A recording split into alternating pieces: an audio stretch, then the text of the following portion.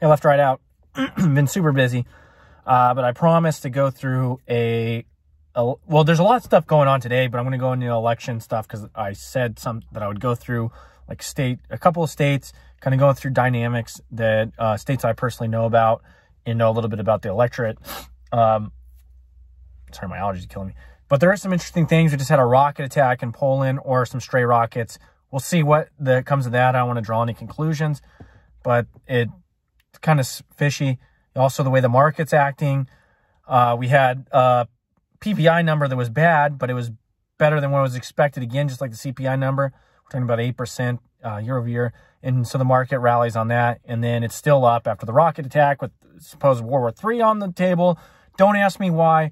Things are completely irrational at this moment. Normally, in the past, you would have a huge sell-off. And even with a PPI number like that, that's inflation that's coming up the pipeline, or rising prices. I have to correct myself, too.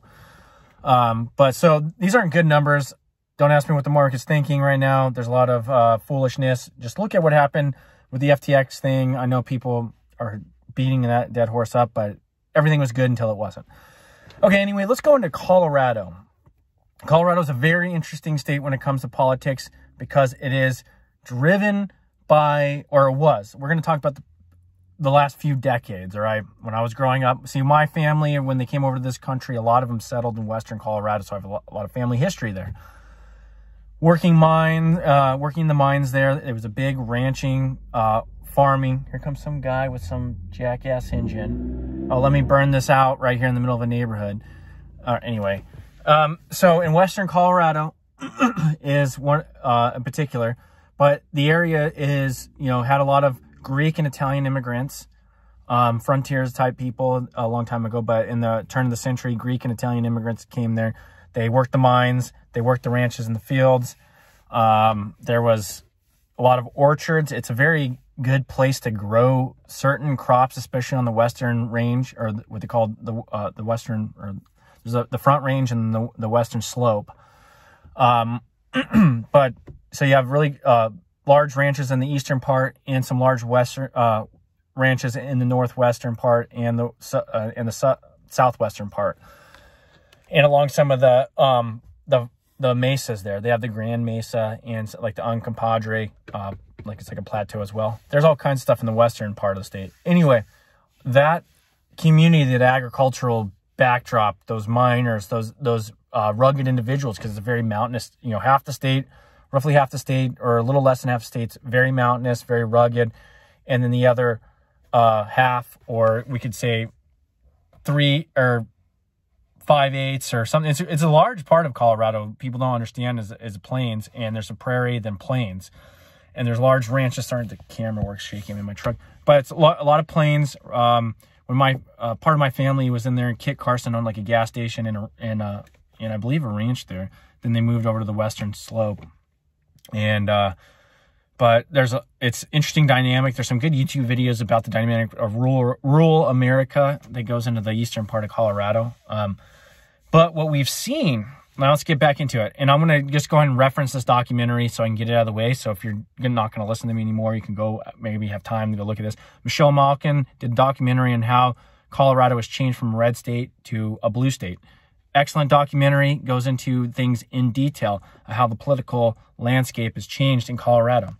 Anyway, so we go back to this. Colorado, in essence, from that historical perspective, the ruggedness of the terrain, just like a lot of other western states where there's a lot of diversity in ecological environments and in weather, because winter, hard winters, hot summers, all 4 seasons, whatever, develops a rugged individualistic mentality.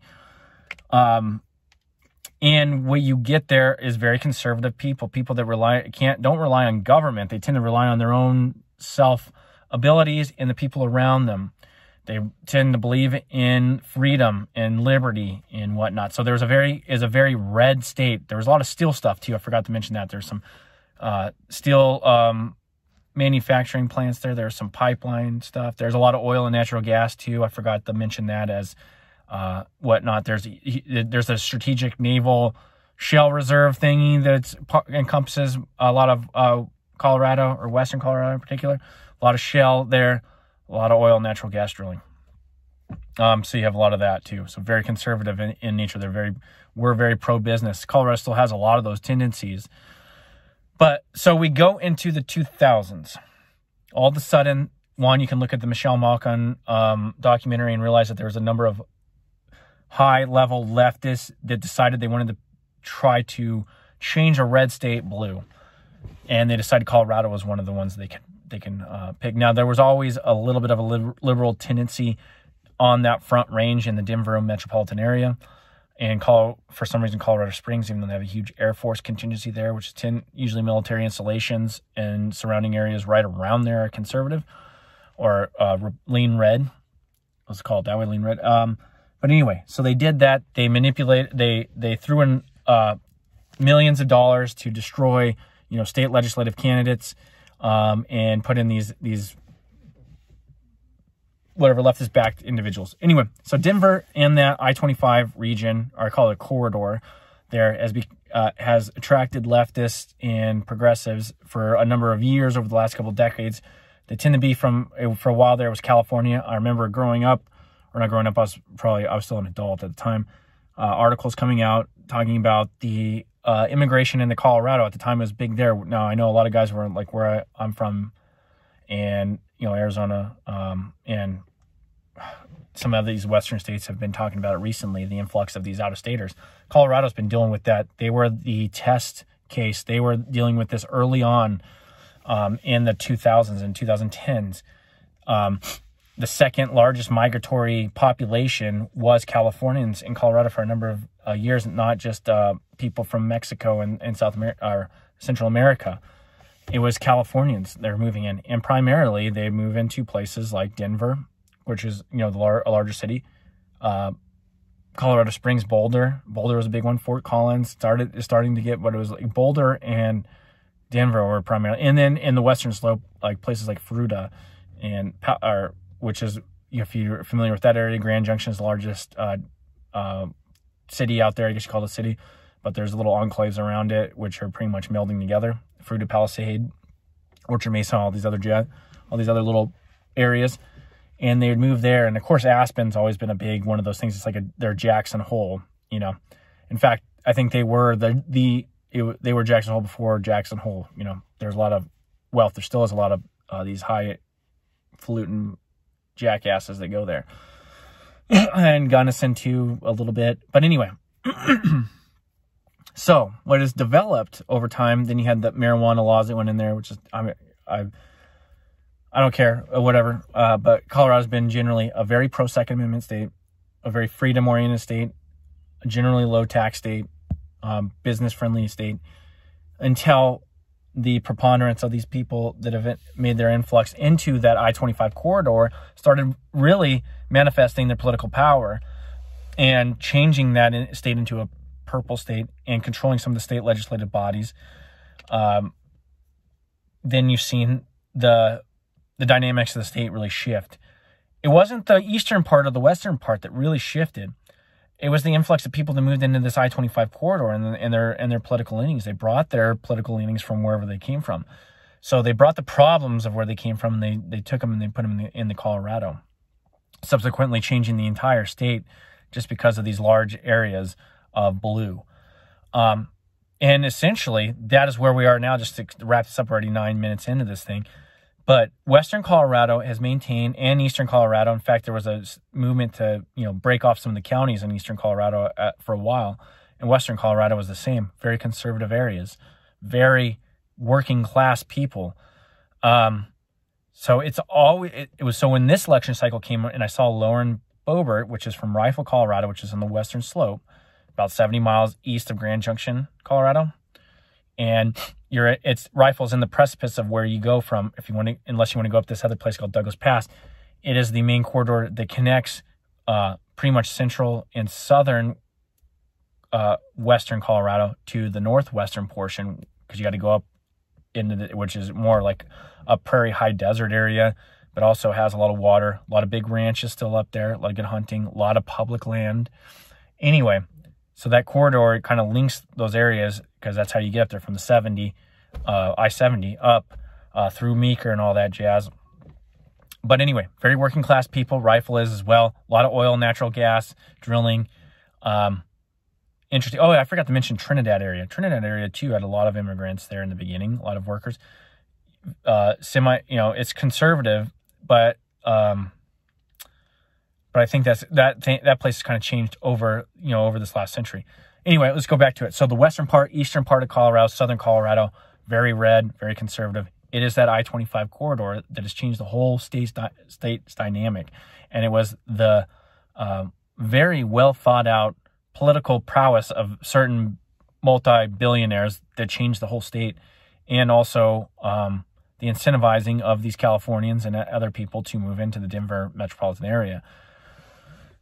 So what has Colorado become? Well, it's become a liberal bastion, and that one area is still conservative around the other, but that area controls the entire state.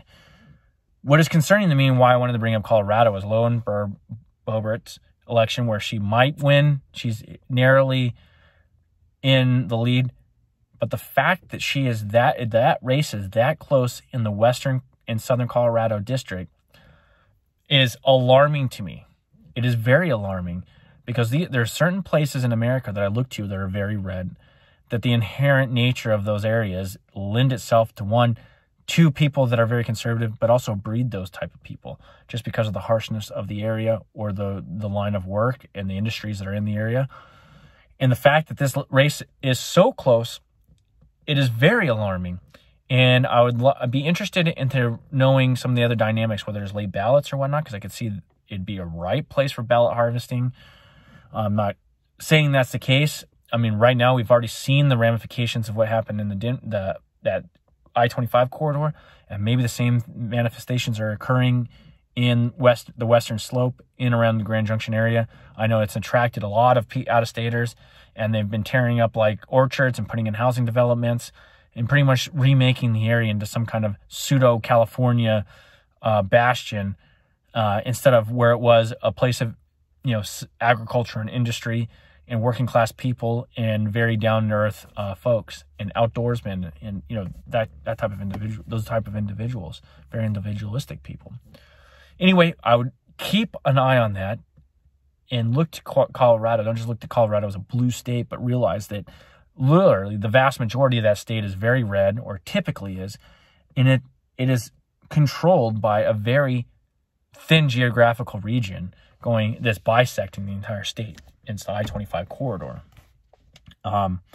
Population-wise, though, yeah, that's where it's at. And that state, like I've argued in my state, there's a lot of guys that are have YouTube channels that are kind of embracing these people coming in, buying all these ranches or whatnot, and trying to, I guess, they're embracing it, and they're kind of taking it a little too lightly, I think.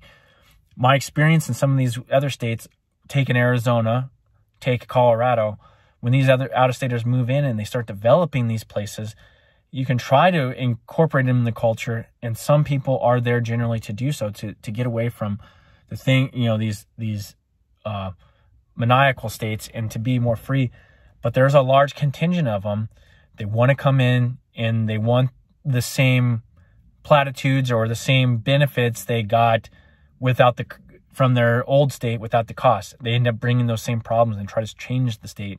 They're like a malignant or tumor, they're a cancer that's spreading. And here comes this jackass to blast. Why is he blasting his freaking car up and down this thing? Anyway, so I'm not trying to be a curmudgeon when I'm kind of grinding against these guys that are embracing it from the state that I'm from. But I've seen it, the ramifications of this, it's playing out the same. These things have happened in the other states. Colorado being one of the first, Arizona being one that has been kind of bucking that trend, but has succumbed to a greater extent, where there was large ranches that retirees from other states have come and broken up and developed and have brought their shitty politics and have changed things for the worse for people that actually enjoy what America was supposed to be like, freedom-oriented areas. They brought their statist mentalities in and cry about environmentalism while destroying the land and and popping up houses everywhere, which is always ironic to me. Like, they say that I'm the guy that's polluting everything, but I actually want to keep the landscape, wild.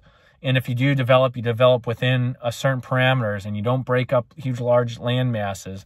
Granted, I want a free market, but I see when we have a manipulated money supply or money system and a socialized banking system, then I do want these places to be protected, at least through the state level. And it's the same other individual that are telling me that I should drive an electric vehicle. They go there and they develop a whole damn area that used to be a wildlife, pretty much a wildlife bastion, a place I used to hunt.